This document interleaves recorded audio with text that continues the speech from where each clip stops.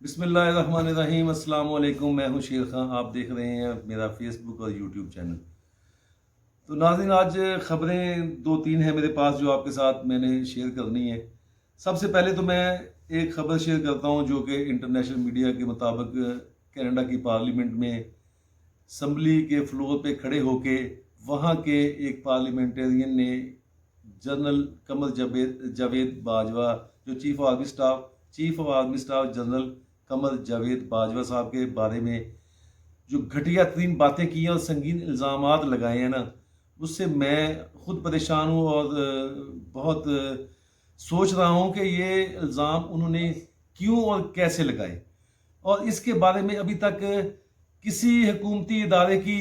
یا کسی فوج کے ادارے کی یا آئی ایس پی آر کی کسی کی تردید اور مذمت نہیں آئی۔ یہ سب سے بڑے پریشانی والی بات ہے میرے لیے۔ تو انہوں نے جو اسمبلی کے فلور پہ کھڑے ہو کے کہا ہے نا وہاں کینیڈا میں، اس نے کہا ہے کہ یہ پاکستان کا چیف آرمی سٹاف، سب سے پہلے تو اس نے کہا کہ یہ کینیڈا کیوں آ رہا ہے۔ سوچنے والی بات ہے کہ چیف آرمی سٹاف کا دورہ آفیشیلی دورہ تھا جو کینیڈا کی گورنمنٹ کے ساتھ طے ہوا تھا، اور وہ اس نے سوال اٹھا دیا اسمبلی میں کہ یہ کیوں آ رہا ہے۔ کیوں کے پیچھے اس نے کہا کہ کیوں، میں اس لیے کہہ رہا ہوں کیوں آ رہا ہے کیونکہ یہ تو ایک دہشت گردوں کا سہولت کار اور دہشت گرد فوج کا سربراہ ہے، اور اس نے اس سے پہلے پاکستان میں سیاسی حکومتوں، دو حکومتوں کو چینج کیا اور یہ بھی اس میں برابر کا شریک رہا ہے۔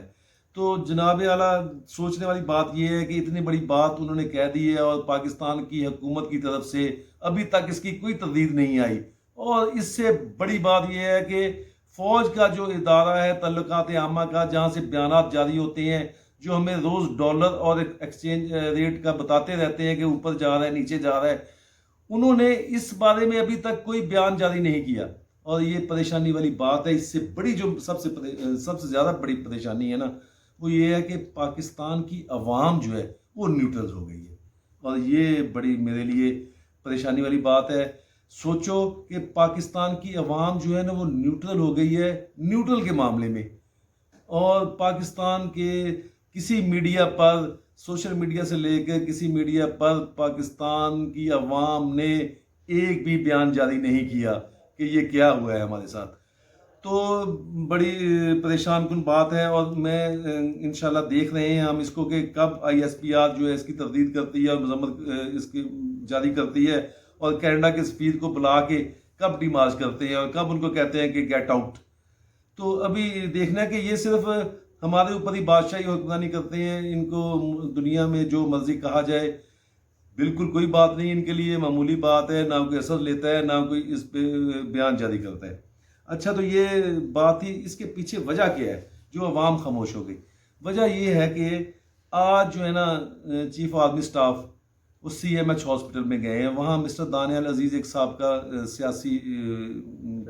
رہنما ہے، ان کا ایک کار ایکسیڈنٹ ہو گیا تھا، اللہ تعالیٰ ان کو صحت کاملہ عطا فرمائے۔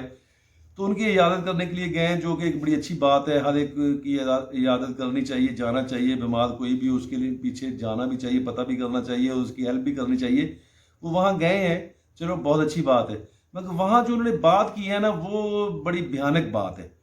وہ میری سمجھ سے تو بالکل بالاتر ہے۔ کسی کو سمجھ جائے تو مجھے کمنٹ میں اپنی رائے کا اظہار ضرور کریں کہ اس وجہ سے انہوں نے بات کی ہے۔ انہوں نے یہ بات کی ہے کہ دانیال عزیز ہمارا قومی اثاثہ ہیں۔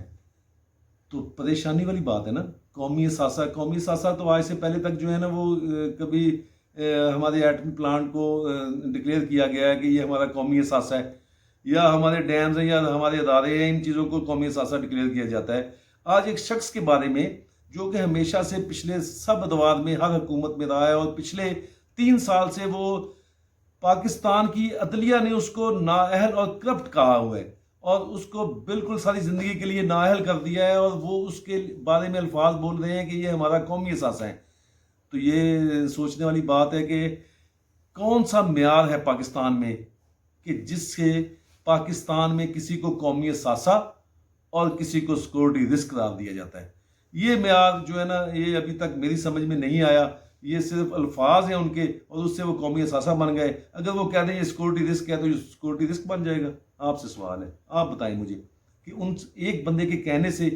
نہ سیکورٹی رسک بنتا ہے نہ قومی اثاثہ۔ تو یہ دوسری بات تھی. اس کے بعد میں آپ کو کہتا ہوں کہ تو تیسری بات جو نا ایز یوزول ہے, یہ ہمارے لیے ایز یوزول ہو گئی ہے کہ ہم اس کو خاص نہیں لیتے. کیونکہ میں آج بازار میں گیا, میں ایک بندے کے پاس کھڑا تھا, میں نے اس کو پوچھا, جب میں نے کہا کہ یار تیل جو ہے 235 روپے لیٹر ہو گیا مگر آمد تو وہی ہے. تو اس نے ہنس کے کہا کہ یہ 300 بھی ہو جائے تو لوگوں نے اسی طرح چہل پہل ہوگی. یعنی کہ لوگ بھی, میرا خیال ہے کہ ہم بھی اس بارے میں آج تک کبھی بھی فکر مند نہیں ہوا کہ ہماری حکومت جو ہے وہ ہمارے اوپر کون کون سے بم گراتی ہے اور کیا کیا وہ ہمارے ساتھ سلوک روا رکھتی ہے, اور ہمیشہ اپنے لیے وہ سوچتی ہے. ہم اشرافیہ کا کام ہے, پوری پاکستان کی اشرافیہ جو بھی آئے یا ہے یا تھی, اس کا کام ہے کہ وہ اپنے بارے میں سوچتی ہے, عوام کے بارے میں نہیں. مہنگائی کا عالم تو یہ ہے کہ غریب آدمی,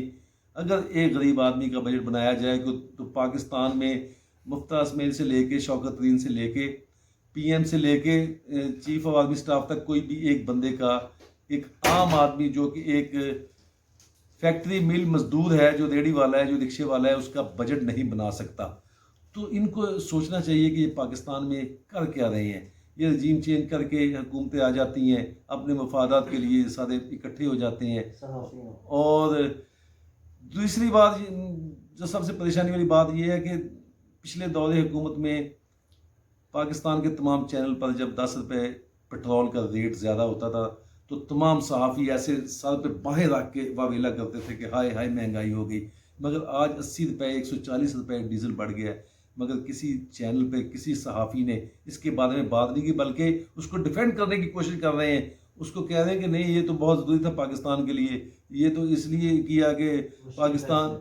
مشکل فیصلے لینے تھے, یہ اس لیے لیا تھا کہ ہمارے ریزرو کم ہو رہے تھے, یہ اس لیے کیا تھا کہ ہمارے پاس پیسے نہیں تھے, ہم سبسڈی دے رہے تھے. سوچنے والی بات ہے کہ اگر تیل پہ سبسڈی دے رہے تھے تو آج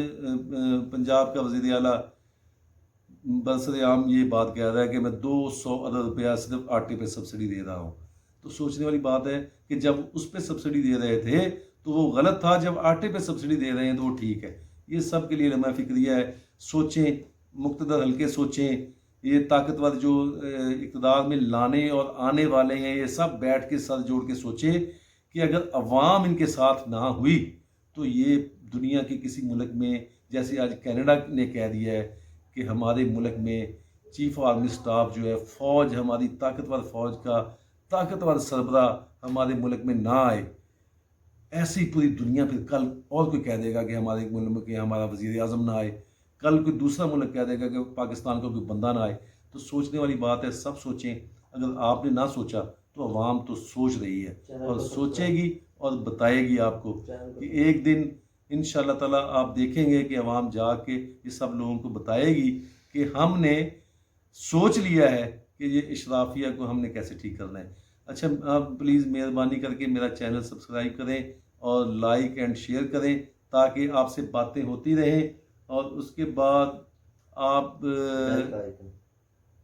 سے انشاءاللہ دوبارہ نئے ٹاپک کے ساتھ بات ہوگی. تو تب تک کے لیے اللہ حافظ, اپنا خیال رکھیے گا.